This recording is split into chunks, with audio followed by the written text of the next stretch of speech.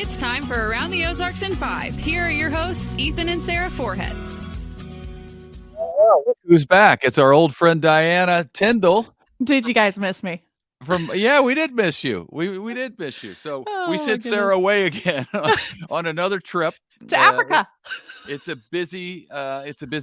It's a busy time. The month of January and February are pretty busy, but hopefully she'll be back to settle down in a little bit. But sooner than the last time she was gone.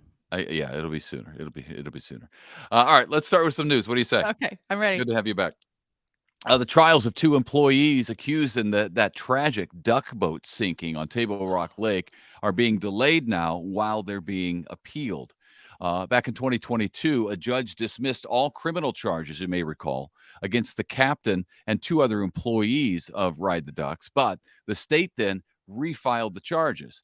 Now, the defense wants to have those refiled charges dismissed, claiming the state attorney general can't refile those charges because the county prosecutor didn't refile the charges, choosing not to refile the charges. The state, the defense claims that it has to be the county prosecutor to refile the charges, not the state, when it wasn't their case to begin with. We'll see what happens. The sinking of that Ride the Ducks boat back in 2018 led to 17 people drowning in Table Rock Lake in what was just a horrific evening. I remember that, covering it on the news, and the more information that trickled in, the worse it got. It was just terrible. The whole thing was terrible. It was. The Missouri Department of Transportation is struggling to get its work done because no one wants to work the jobs. Since 2016, this is crazy, 90% of the department has turned over. 90%. What? And turnover over just the last 7 years has cost the state more than $250 million. Can you imagine? And this winter, the department is about 1,000 workers short compared to other recent winters. Low salaries are cited as a big reason why there's a lack of workers. That's one of the reasons, but it's a big one. Well, in 90%, you think about the institutional knowledge of those all gone. Folks that worked there, they're gone. It's costing them a lot more than the $250 million. Absolutely. Yeah. Well, this week, Springfield City Council heard from those for and against the city buying Hammons Field and the two parking lots for about $16 million. The city's planning and zoning department unanimously supported the deal to buy the stadium. And it made a pretty big deal about it, as you've probably heard already. But the purchase price would be $12 million, with the city making at least $4 million in improvements to the stadium. If that passes, the Springfield Cardinals will sign a lease for another 15 years, and council will vote on details next week. Yeah, it was interesting. There were people for and against. The big person I saw that was against was saying that we're going to spend all this money when we have so many homeless around. We're not doing anything to help the homeless. And the mayor countered that and said, we're spending $12 million or maybe not 12 million. Maybe I got the 12 from the stadium, but we're spending this $1 million worth on that issue. So anyway, it's contentious with some folks, but it looks like they're going to pass it. Yeah. Well, I heard them talk about how Springfield and the Cardinals are really like it's a partnership together anyways. Springfield, without the Cardinals, it would be a huge void. So it would, a big empty stadium there. Yeah. And it wouldn't be great for downtown. Well, switching on to another story, numbers show that in Greene, Christian, and Webster counties, nearly 36% of people have high cholesterol. And more than 31% have high blood pressure. Do you fit in that category this week, Ethan? Probably. The Springfield Greene County Health Department, that's not all funny, but just your predicament is. The Springfield Greene County Health Department released its community health needs assessment with numbers from last year. The release coincides with American Heart Month, which is this month. And it matches my shirt. I'm wearing a little heart Valentine's shirt.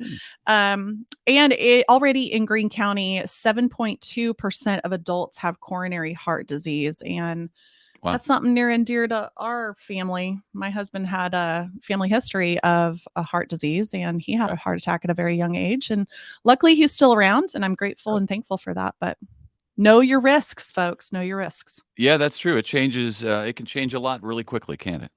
Mm-hmm. Yeah. Yeah. Well, Evangel University, my alma mater, it's getting $2 million towards the construction of a new arena and training center. The Maybe Foundation is giving the university the biggest grant it awards. The Valor Center, which is what the new arena will be called, has a price tag of more than $18 million. Mm. And Evangel's already raised nearly $16 million for several building projects on campus already. So, Good yay. for them. That's a couple of local campuses that have been raising big money. Missouri State just had a campaign to raise a bunch of money. Evangel, and boy, Evangel's really kind of changing, isn't it? It's From when I went there, can I just tell a story for a second? yeah. I went there back in 2000. Well, now I'm going to date myself, but 2000 to 2003, I arrived on Evangel's campus, and there were still the barracks, and there were the scary barracks on the way to KECC radio station where some crime could have been committed there. I'm just saying, it was so scary. And luckily I lived to tell about it, but I'm glad they're doing away with the barracks and up with the new buildings because that campus just deserves it. Yeah, those Congrats. barracks been around for a long time, but they're all gone now. They're Are all they gone. Yeah. All gone. You That's new something. students appreciate that. I bet they do, because you had to go back when it was scary barracks. Floor creeping, ghosts, funny. I'm sure. Ooh. That's funny. Yeah, they're making great progress over there at Evangel for sure.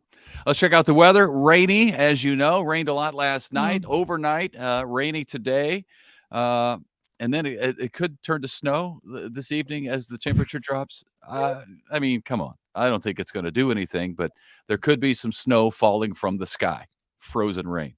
And then tomorrow's going to be a pretty nice day. It'll be cloudy, a little partly cloudy, but 50 degrees or so. So that's not terrible. And then light snow again on Friday, perhaps, as we get down to a high of 35. So that'll be chilly. And then Saturday, sunny, 48. Sunday, 58. So, we're not in an awful pattern. It's just a rain for a couple of days, and we warm back up. So that's okay. Please. Yeah. Let's get into 60s, please. You ever been to a Simple Simon's pizza place? No, I haven't either. But there's one coming to Springfield next month. More food restaurants. Yeah, I know. Isn't it great? It's like we do restaurants every day. Right. We should do restaurant reviews. Yeah, we should. Free food. The Oklahoma-based pizza chain is planning to open a restaurant on Sunshine out near Kansas Expressway next month. It will be the first of 7 Simple Simons planned for the Springfield area. And in total, that chain has about 250 locations. So soon to be 257.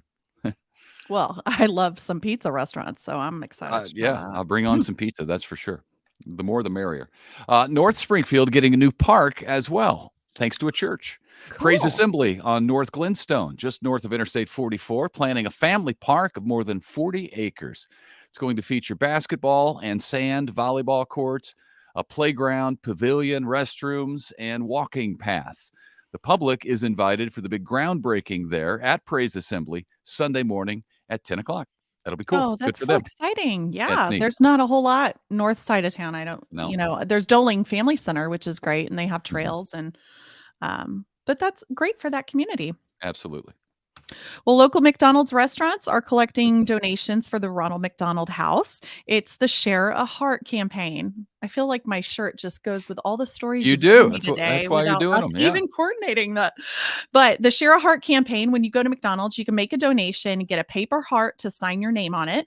And the money goes to help families of ill or injured children with resources they need during their time at the hospital, like housing. Last year's Share a Heart campaign raised more than $121,000. That's cool. Yeah. Yay. Ronald McDonald House does great work for families in difficult situations. Oh. That's cool. All right. AMC, a movie theater chain, is changing the way it charges for movie tickets. And this could really change the entire industry, I think, because my guess is everybody's going to start doing this soon. So now, instead of all seats being the same price when you go to the movies, and then you get there and hope you get a good seat, some seats will be more expensive and some less, depending on where they are in the theater. Right. So a seat in the middle, the best seat in the house, is going to cost you more than a seat in the front row. That's just how it's going to work out. AMC is rolling out the changes now and should be finished by the end of the year. What do you think about that? They're going all Hammons Hall on to me, aren't they? Yeah, pretty Like, much. I'm like, at what point does it go to $20 cheaper? Like from row J to row K. Right. Like, hold on a second. I'm going to save $10 or $5 if I go one row behind you. So Right. I can tap on the shoulder of the people in front of me and be like, I got cheaper seats. Yeah. Yeah. No, I would never do that anyways, but I don't know how I feel about that. Well, I think based on the way everything else is priced. If you go to a concert, you pay based on how close you are to seat. If you go to a sporting event, you pay based on where your seat is. But that's a live event. Like, those are live, like, one-time events. This is a movie that you can replay in your own home in 3 to 7 months or whatever, whenever movies come out, you know? Yeah. Yeah. But have you ever gotten there late and had to sit in a crappy seat and thought, I'm Well, the paying front same row. I Yeah, mean, the the front front row. row seats, your neck hurts afterwards, but Right. that's the Right. consequences for getting there late. Don't get there late. Well, now you Not can get there late because your seats are assigned. I don't know And if that's gonna really help the whole situation. I mean, then you're gonna have people complaining about this person interrupted my viewing experience because they got here late, and then you're gonna have that person be like, "Well, I paid extra dollars for my ticket." Like, are we? I don't know. Who knows? it's a can of What'll worms. happen. It's It is a can of worms. But my guess is, here's my prediction, that all theaters will be doing this within 2 years. Well, it's another way to make a buck, so why It wouldn't is, they? and nobody wants to sit in the front row, even though it's less. It's like a punishment. Wow. Okay. Well, we'll There see, you go. Springfield. We'll There see. you go. We'll see what happens. The movie theater industry needs help as it is. We know that. So I don't know if this will help or not. Whew. Diana, thanks for being with us again. And You for the bet. next couple of days, we appreciate it. It's fun. And we will see you right back here tomorrow morning. Yeah. All Have a great right. day. Yeah. Bye. Bye.